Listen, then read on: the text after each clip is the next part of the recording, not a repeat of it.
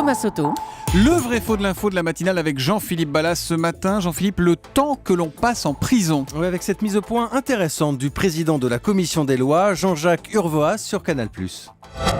La société a un rapport compliqué avec la prison. On est persuadé que quand quelqu'un est incarcéré, il n'en sort jamais. En moyenne, on sort 8 mois après.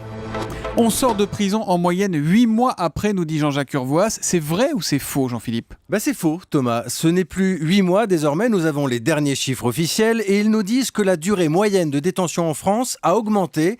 Elle est aujourd'hui de 11 mois et demi, presque un an. Concrètement, cela représente un peu plus de 67 000 personnes qui se trouvent en prison au moment où je vous parle. Alors pour être précis, Thomas, nous n'avons comptabilisé ni les bracelets électroniques, ni les aménagements de peine. Plus de 67 000 personnes en prison, mais pour quel type de délit, de crime ? D'abord pour vol, tout simplement, aux alentours de 20% des détenus. Viennent ensuite les affaires de drogue, les violences volontaires.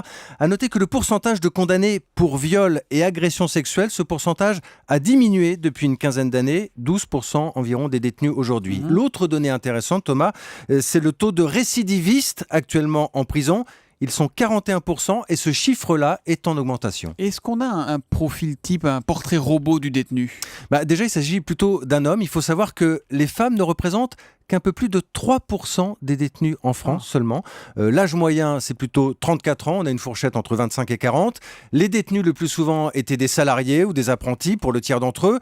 Ils sont un peu plus nombreux à être demandeurs d'emploi. Une dernière précision, ils sont le plus souvent célibataires, Thomas, à 60%. Dernière chose, Jean-Philippe, on parlait hier de la perpétuité incompressible avec Pierre Baudin, dit Pierrot le Fou.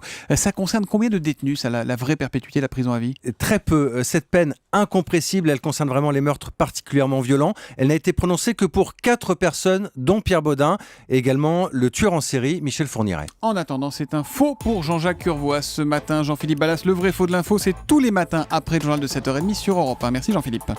Europe 1, 7h41. On reste un peu dans...